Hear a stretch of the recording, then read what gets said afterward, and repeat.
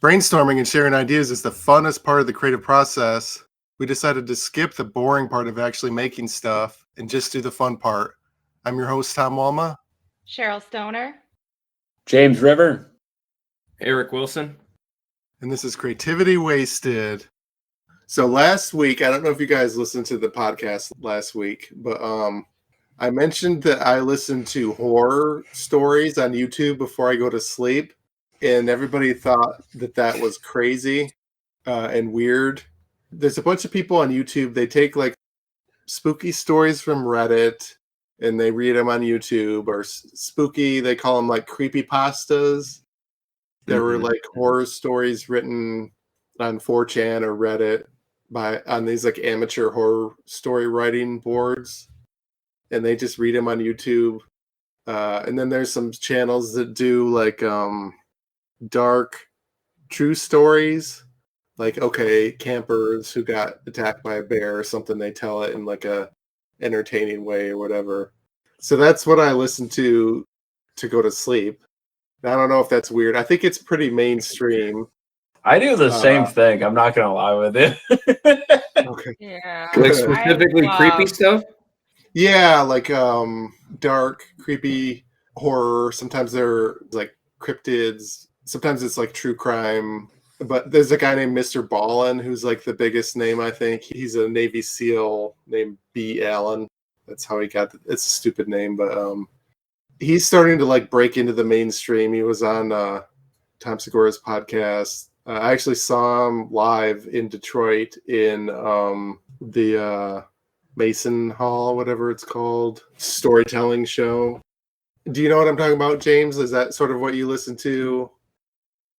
A lot of times I'll just put on like, I guess not even really true crime anymore. More it's just like channels like what's it called? There's a guy named Nick Crowley. Oh yeah, I love Nick Crowley.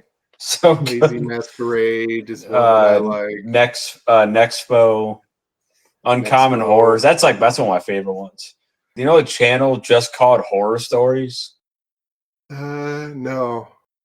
I'll have to check it out. That channel was the best. Like the best. But anyway, so basically my idea, I thought, well, I'll throw my hat in the ring and try to write a horror story. It's kind of dark, kind of horror, kind of not super scary. You'll see what I mean.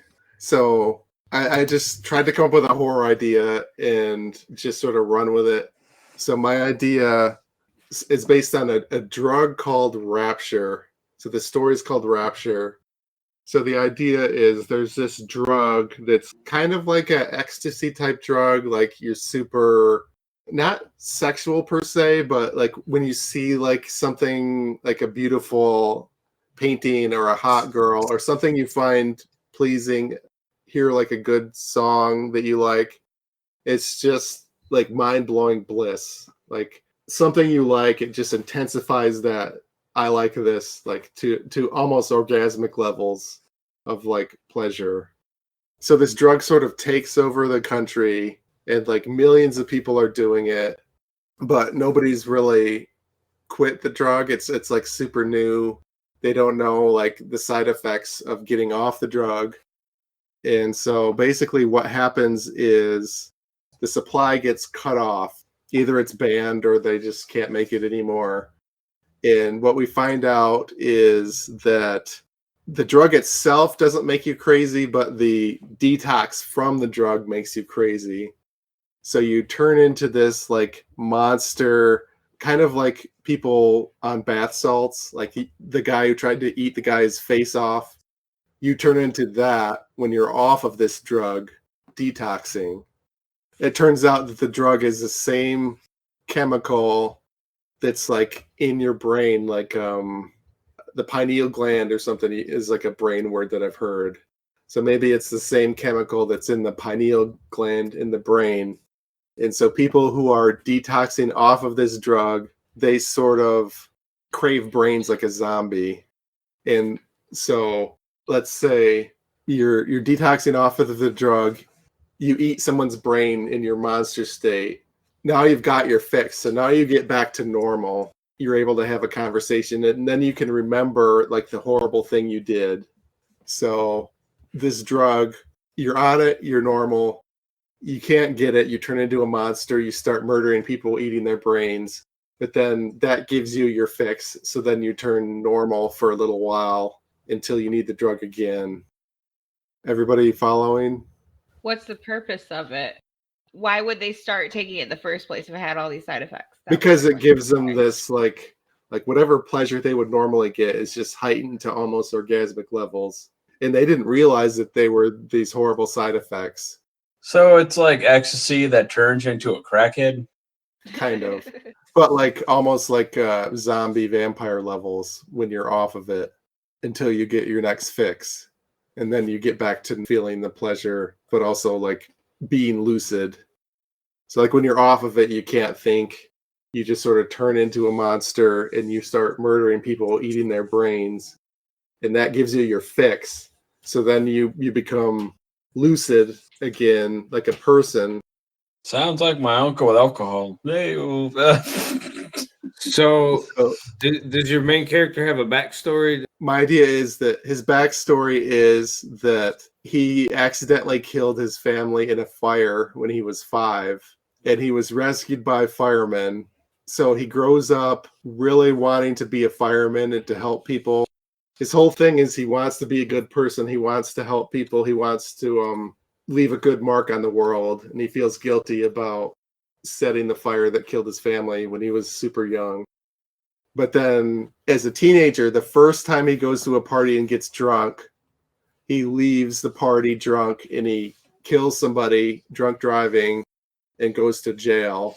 And so he can never be a cop or a fireman or anything like he always dreamed of being. And he gets out of jail. And so the way he wants to help society as this like ex-con who wants to be a good person, he wants to be a hero, is that he's gonna test out recreational drugs and post about it on Reddit. Like, these are the side effects, to warn people about the bad drugs and to tell them about the good drugs. And he kind of sort of, because he feels guilty about everything that's happened, he's willing to put his life on the line to sort of help people by rating these recreational drugs. By doing them.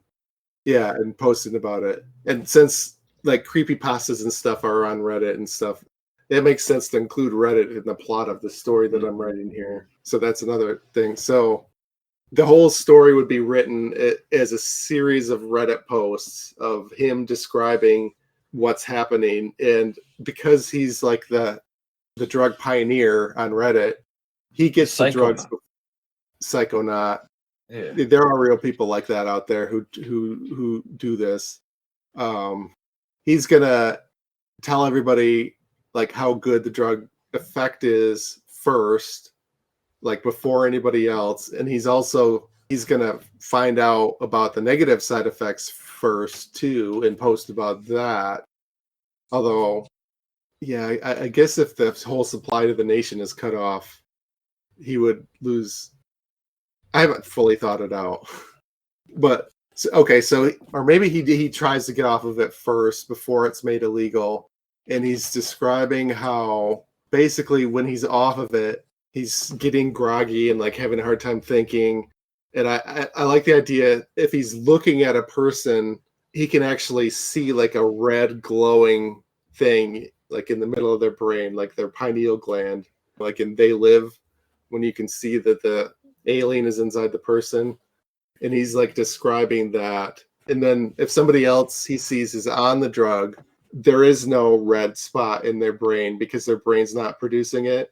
What if like as it gets worse and worse, the withdrawals get worse and worse, it starts glowing like an annoying red neon light in the alley or something shining through the window? You could hear like the buzzing of it almost. You can start hearing it. And the red light represents the desire. Yeah, I thought, well, maybe if you took the drug, the red is like light, but it's like through their coursing through their veins, like their whole body. Like you can see that they took the drug or they ate someone's brain to get the drug. their brain isn't producing it for them, so you don't see it in their brain. You only see it in the normal person's brain. I feel like this would make more sense if you just like found this drug just somewhere like on the internet and he's just describing it and he was the only one going through it. I don't think it makes sense to have a lot of people want to do it. It makes sense with just one person that just messed around, tried this drug, and it did not go well. What if it was like a kid that was in university, a scientist, and like wanted to up his game, and like he's a drug dealer at a university, and he was like trying to do different drugs, and then this is the drug that he was making, and he took it, and he started having this like that's how he could, because he made it. I don't know. What if the drug he took was coke that he found using the cocaine vacuum? Oh, full circle. She did cocaine vacuum. Now I'm meeting people. So what I'm thinking is, it ultimately ends up being a zombie outbreak that like takes over the world, but it's not contagious. Like if a zombie bit you, you wouldn't turn into a zombie. Like if you ate a certain amount of people's brains, if a cannibal tribe or something had done that, they might become zombies, like even if they didn't take this drug, but it's not contagious per se. I thought it'd be like my twist on a zombie outbreak. So how does it spread out enough to take over the world? It would just be that this drug was super popular. Maybe it creates like 20 million people hooked on it. And then when they all get cut off, then there's 20 million zombies running around. So even though they're not creating new zombies, there's just enough of them that it just overruns everything.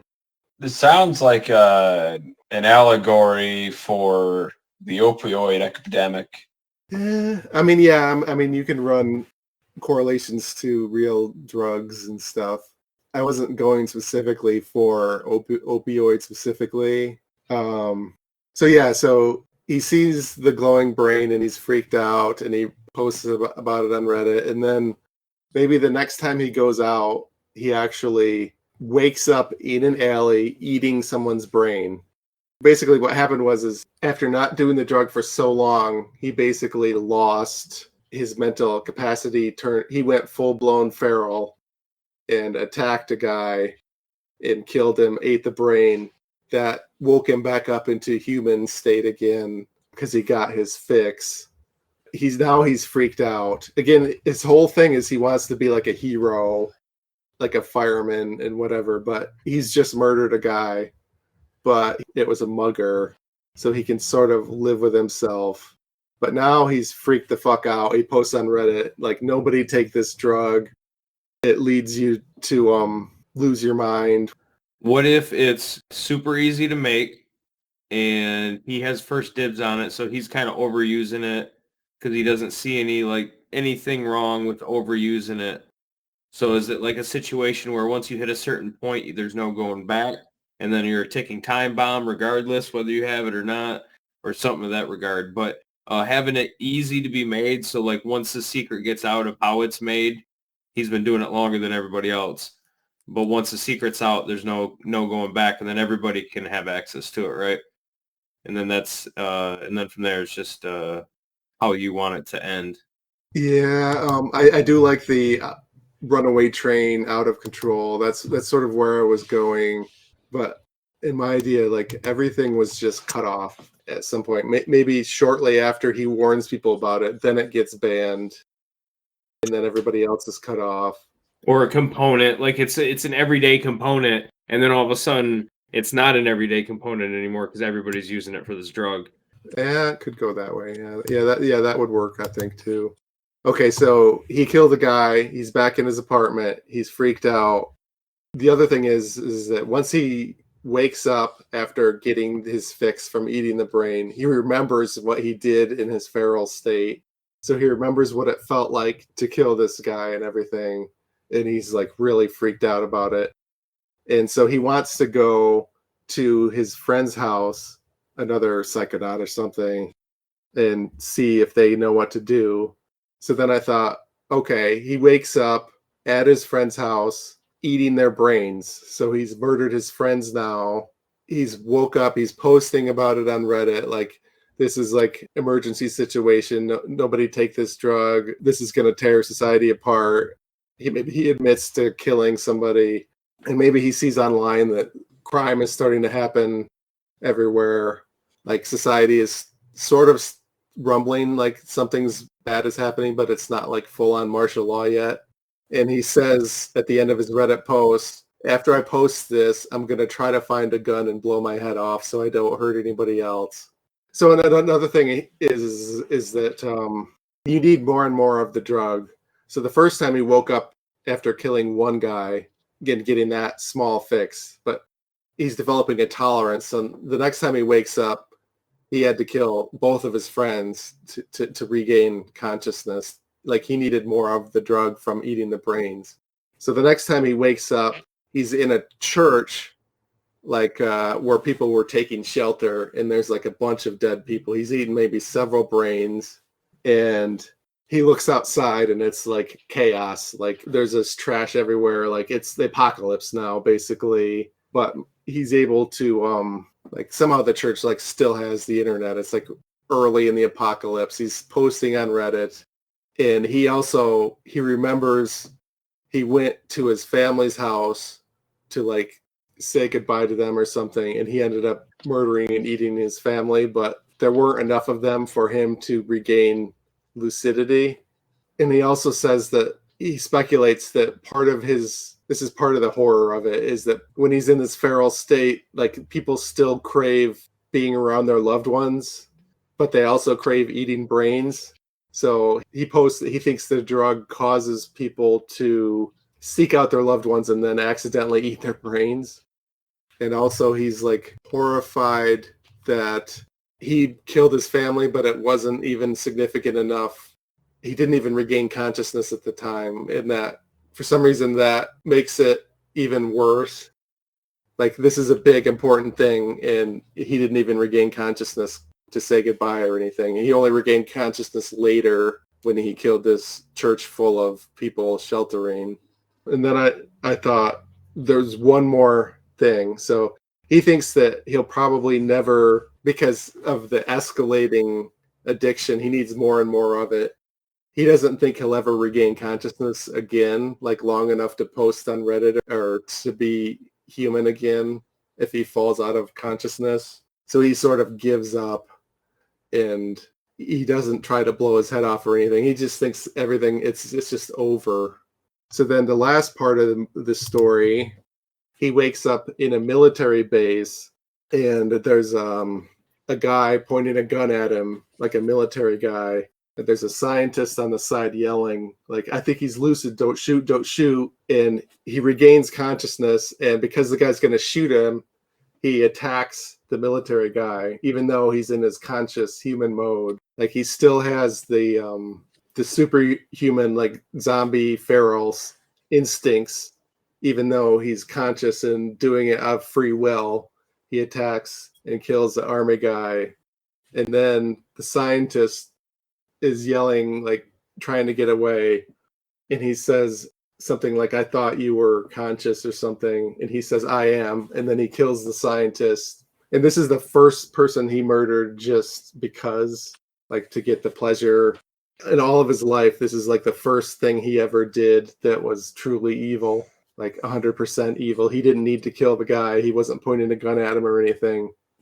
And then he sees what's going on around him, and he realizes that he was part of this research study to try to cure this Rapture addiction zombie thing. And he realizes he's basically cured.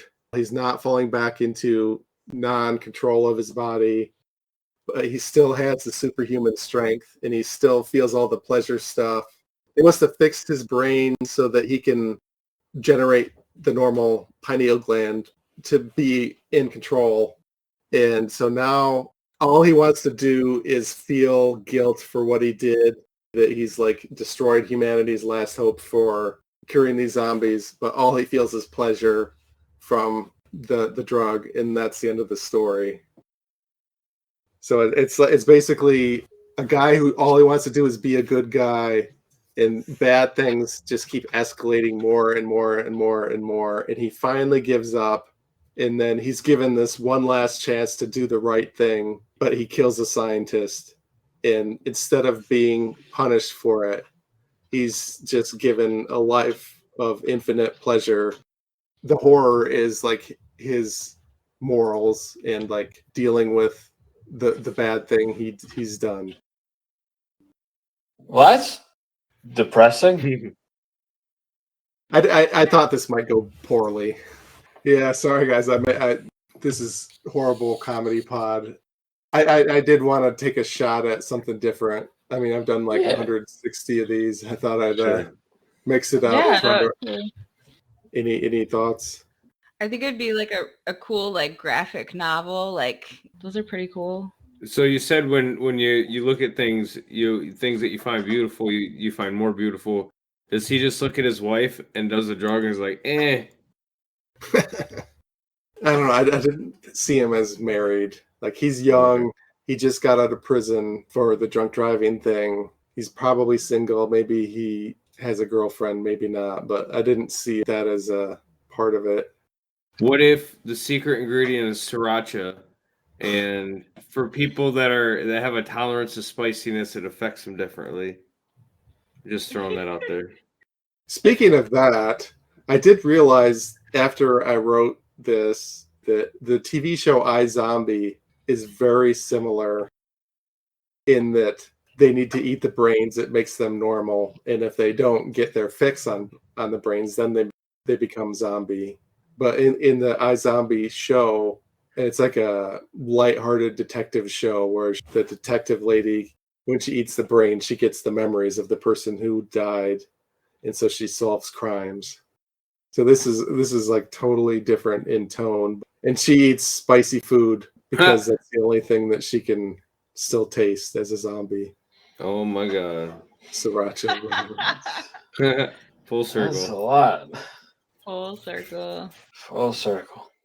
So back in the day when they started first doing distillate, and they're making THC distillate before they really knew what they were doing, all the people I knew that would do it, they're all burnouts. Now they're all burned out. They're DMT distillate.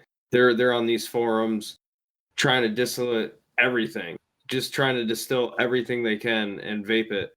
And they're all burnouts, man. They're all burnouts. So what if this guy is one of those people and he somehow gets slipped a recipe because they want it to get out, and he just he gets in on it first, right? So he's more experienced with it, higher doses, knows the recipe. Eventually the recipe gets out or something. Yeah, that would work. I also thought, well, maybe this is like the beginning of like an anti-hero, like a Blade type character. So now he's in control. He's like a superhero who can have the zombie strength and everything and save people from the other zombies who also are strong, but they're not smart. So maybe this is like the prefix for a more positive story. Like he can still be the hero he always wanted to be, even though he's done all this horrible stuff. He could be like the good zombie to help everybody else. Yeah. So maybe he leaves the military base and he's like decides he's going to help people. So he starts like clearing in this area of zombies, and maybe he runs into some group who won't let him in because he's scary and because he's kind of a zombie, and he keeps saving them anyway, protecting them, and eventually they let him in, and but they still maybe he tells them about the medical experiments and how he killed the scientists, and so they hate him for that. There's some assholes in the group are like, you're helping save us, but it'll never make up for the horrible that you did. We still hate you because you did this horrible thing, but he keeps helping them anyway. And then maybe they start to put society back together, and he's on his deathbed, he's old, and they go back to the military base and they find out that he misunderstood the experiments on him, and the scientist found out he was a psychonaut, and that's why he became this like cured zombie, and the scientists didn't think he could ever replicate the crazy scenario of a guy trying hundreds of recreational drugs like a psychonaut. And so all of the heroic acts that he did from that point on are valid. Like, it wasn't like he could never make up for his bad deeds. Like, he already did and then some, but he doesn't know that. And so then they go to try to find him on his deathbed, and before they can get there, he's already dead. But he goes down in history as this like hero who helped rebuild society. And it could be all about like persevering even when it seems like people will never respect you or acknowledge that you're a good person, just persevering anyway and doing what you know is right, no matter how bad it gets. Yeah, something like that. Okay, anybody have any shows they want to plug before we go? Podcasts, social medias, anything you want to promote? McDuff's tomorrow. I'm also on that. I think it's on the 29th, I believe. I'm going to be at Ozones in Lansing. The 23rd, I don't even know. In Indiana. I know I have one Great show at plug. Time Mead in Wisconsin. Caesar Pub in Standale, first Monday of the month, 8 p.m. I'm posting it. The 19th, I'm at Comedy Outlet Mondays, and the 20th, I'm at Garage Bar. I'll be around. I have a Twitch channel called Gaming McFitness where I build video game controllers into fitness machines, and then I stream me playing video games while I use the fitness machines to about 2 people. I am doing Dave Crumbly's Toledo shows later this week. I'll be in Detroit later this week also, and this won't be out in time. This has been a production of Planet Amp Podcast, powered by Pinecast.